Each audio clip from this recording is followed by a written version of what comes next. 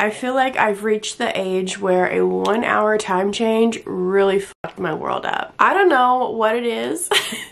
Is it that these daily vlogs are exhausting and I'm staying up too late every night to edit them? Possibly. Is it because I went to bed at 1 a.m. and then my son woke up at 2 and then I couldn't go back to bed until 3 when I took melatonin when I shouldn't have because I knew I wasn't going to get 8 hours of sleep because my kids were going to wake me up early? Probably. Here we are. Today, I want to say it's going to be a no bones day again when it shouldn't be because I feel so behind in life, you know?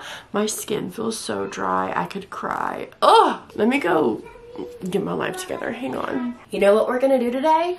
We're gonna fake it until we make it. We're gonna pretend that we have all the energy in the world. We're gonna pretend that we're not tired. We're gonna get up. We're gonna do stuff today. We're gonna finish some books. We're gonna work on our blanket. We're gonna clean these floors. We ordered breakfast from Uber Eats. Don't let me down because I just don't have the energy to worry about that. So I ordered us some donuts and kolaches and they're gonna be coming here in about 20 to 30 minutes. I just realized that my fan is blowing on the camera. I hope the mic is not doing me dirty. So this is my current TBR jar. It's pretty massive because I have a lot of unread books. I don't mind having a good stash of unread books because it makes picking my TBR for the month fun.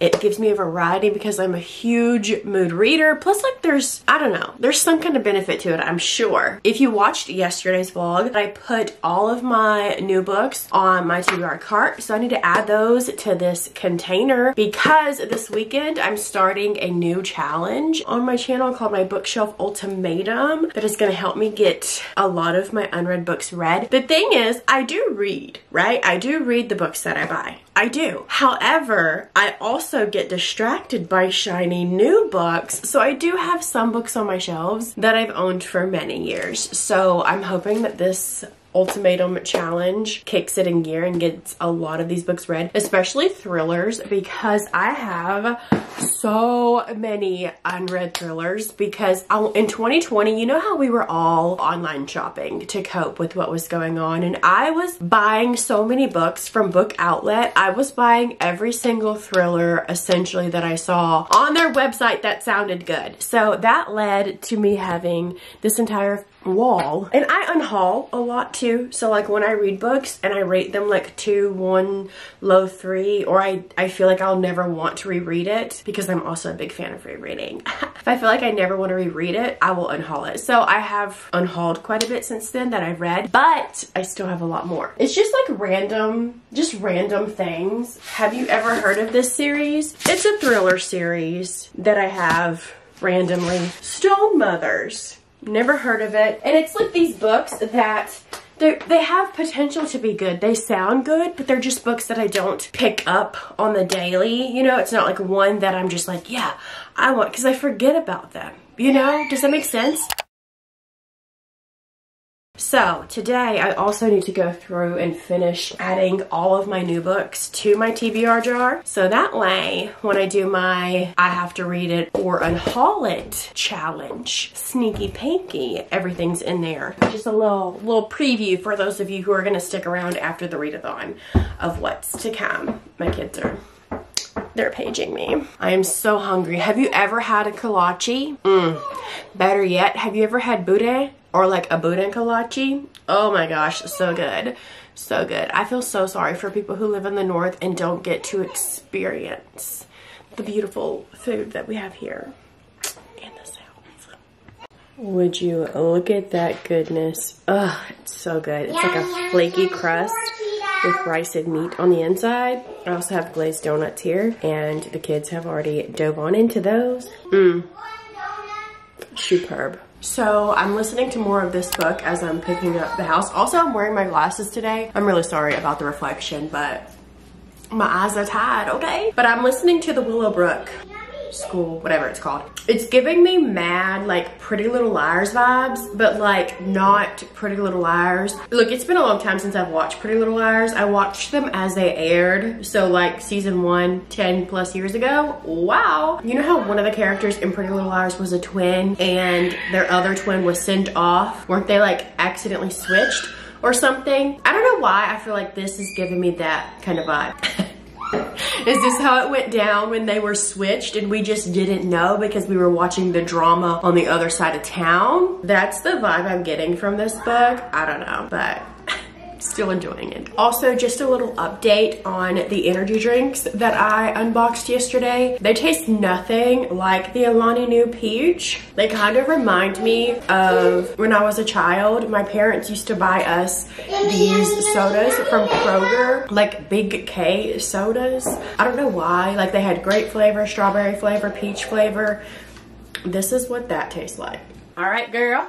I am back with an update on the Willowbrook story. So I am about 50% into this book. I was listening to the audiobook this morning as I was cleaning up around the house, and I'm gonna take a break to watch some YouTube videos, but before I do that, I wanted to update you. So we have Sage. She has been kind of sucked into this mental ward because her sister Rosemary was there for 6 years, and Rosemary always said, "I'm not Rosemary, I'm Sage." And so now that we have the actual Sage there saying, "I'm not Rosemary, I'm Sage," like, of course nobody's gonna believe her, right? So, and also I was looking on Goodreads because I went to go at it, and I was just scrolling down to see a few of the people that I follow, like their reviews on the book, and a lot of them said this book is too repetitive. I get it, in the sense that, yes, she is going up to everybody saying like, "Bro, I am not Rosemary." Like, let's be real. If we were put there, first off, this is the 70s. This book is set in the 70s. Things are way different than they are right now here in 2024, okay? So this is the 70s. She's going there. People are like, drugs are really cool back then in the day. And she's there. If I was put there, you think I'm gonna just be like, "You know what, bro? You're right. Maybe I am Rosemary. Give me my drugs." No! I too will be walking around being like, "Listen, you gotta listen to me. You gotta listen to me. I am not Rosemary. I am Sage."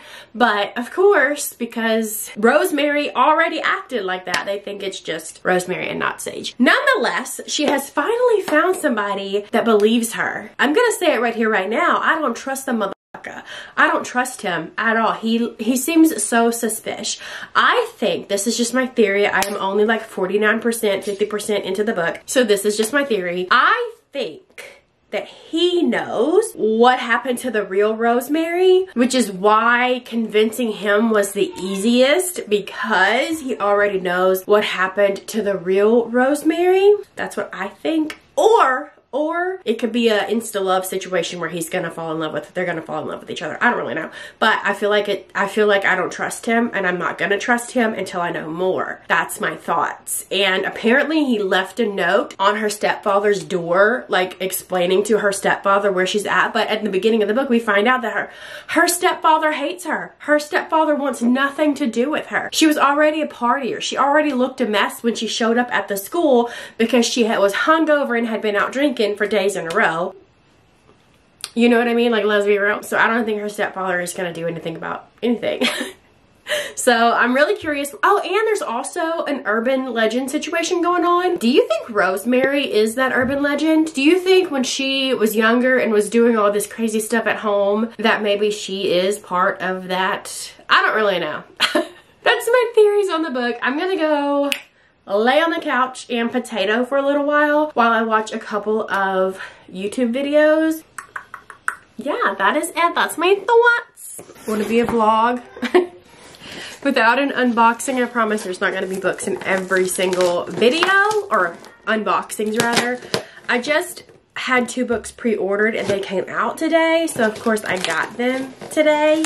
One of them I'm so excited about. The other one too. I'm excited about both of them. Never mind. Okay, so the first one is a romance book, and it is Lucy Score's new book called The Dead Guy Next Door. It says, "A nice normal life. Is that too much to ask for Riley Thorne? It is. Divorced, broke, living with a pack of elderly roommates, and those hallucinations Riley's diligently.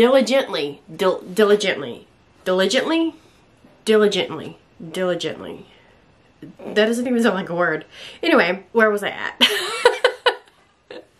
Okay.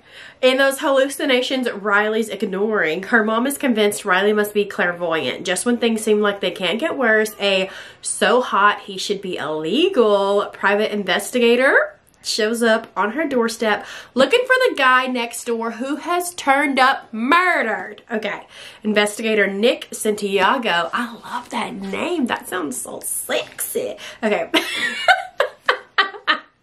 I've just been reading a lot of romance books with the dumbest names ever. I love Riley for a girl name and a boy name. I love Riley, period, point blank. And then Nick Santiago, and he's an investigator. Say less, babe. Doesn't play well with others. Okay, stop. Okay, he's a rebel, a black sheep, a man who prefers a buffet of options to being stuck with the same entree every night, if you catch his drift. But when the pretty, possibly psychic Riley lands at the top of the suspect list for this murder, Nick immediately volunteers to find out who done it. He likes solving mysteries. It has nothing to do with wanting to flex his heroic muscles for Riley. At least that's what he's trying to convince himself. Nick and Riley must join forces to find out who really pulled the trigger, all while keeping a by-the-book, grudge-holding detective at bay and dealing with a gorgeous stranger claiming he's arrived to help Riley hone her psychic gifts, all before the killer decides to turn his sights on Riley! You guys, first off, I love murder. Not to me or anyone that I love, fictional murder. Let's write that down, fictional murder. And detectives, we talked about this in yesterday's vlog. Like, I love detective books, and this is a romance book. The guy, Nick Santiago, his name already sounds hot. This synopsis claims that, and it's Lucy's score. Babe, book number 1. Look, listen, if I wasn't trying to read backlist books right now for this week, I would be putting everything on hold. Okay, wow, this is skinty. Okay, the second book that I got is Empire of the Damned by J. Kristoff. This is the second book in the Empire of the Vampire series. I've read Empire of the Vampire. Oh, I love that. And I absolutely loved it. It was a very character-driven fantasy book. These pages are hella thin. Let's see, how many pages does this have? 713 pages, hang on.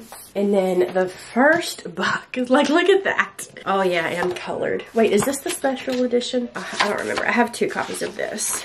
734, these are thick pages. Those have Bible thin pages. That is why, so they're almost the same amount of page lengths. That's insane. Insane. Anyway, this is the sequel to Empire of the Vampire. I've read this a few years ago when it first came out, and I absolutely loved it, and we finally have a book 2. Yeah, that's it. That's that. I'm about to, what am I about to do? I'm hungry. I'm gonna go get me some chips, I think. I really want some, like, cheese ruffles. I have some in the pantry, I think. There's that. While I was watching YouTube, I did work a little bit on my blankie. You're probably like, it doesn't look any different, but I've been working on this for 2 hours. It's definitely grown. It's probably a little over a foot long now. The last time I measured it, it was like 9 inches, right? I think it's about 13 to 14 inches now. So it is slowly growing. Again, my goal is 60 inches. I'm not gonna lie to you, while I was watching the YouTube videos, which, by the way, I just watched Jackie's vlog, and she gave the Willowbrook book 2 stars. So as of right now, it's not gonna be a 5-star. I can already tell you. Unless something like really knocks me off my feet, it's probably like a high 3, low 4, but we'll have to see. But Jackie gave it a 2. Wild times, wild times. I don't know where I was going with this, but what I do know is I'm gonna go eat chips and read the Christmas. I'm gonna try, I might make my way to Half Price Books this evening. What do you think? I don't know. Waiting on Paul to get in the car so we can head out and go to Half Price Books.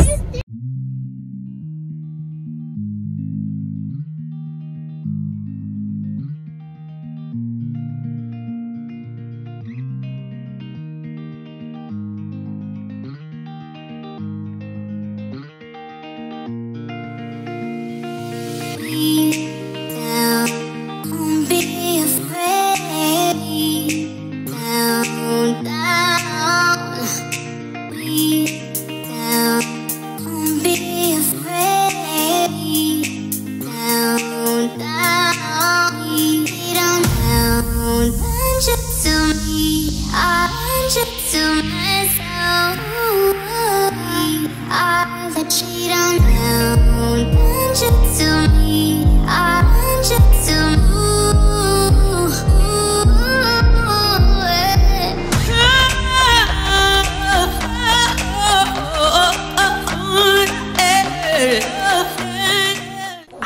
back. I had to move things again. Sir! My chair's over here because I had to move my chair again because I wanted to plug up my light. Ow! So I put my cart there. Anyway, we went to run some errands, went to Half Price Books, went to Raising Cane's for dinner, got some mugs. You guys, I really had to talk myself out of buying that copy of Salem's Lot. I need a copy. I need that copy. However, I decided not to get it because when you open the book up, somebody wrote their name really large in marker. And I was just like, no. So I put that back. But part of me is like regretting the fact that I put that back. It's fine. It's fine. It's gonna be okay. But what I did get is 2 books. Also, I saw a copy of Wuthering Heights that was just stunning, but they wanted $60 for it. So I couldn't reason. I couldn't do it. But I did get 2 books. My kids each also got a book and a stuffed animal. Maybe I'll see if they want to do a book haul. We'll try that in a second. Let me show you the books that I got. So when I was a member of Book of the Month, I thought about getting this book often because I always had it as an add-on choice. And my husband as well has always looked at this book and we never picked it up. And I saw it there for $14.99, so I grabbed it, and that is The World We Make by N.K. Jemisin. And then of course I got a copy of Check and Mate by Allie Hazelwood. This is her young adult book, and chess. My husband loves to play chess. It's not why I got the book. Anyway, let me grab my kids. Show them your new book. Show the pictures. Open it up. Can you open it up and show them? Wow. These are the animals. Those are the animals? Wow. This is my...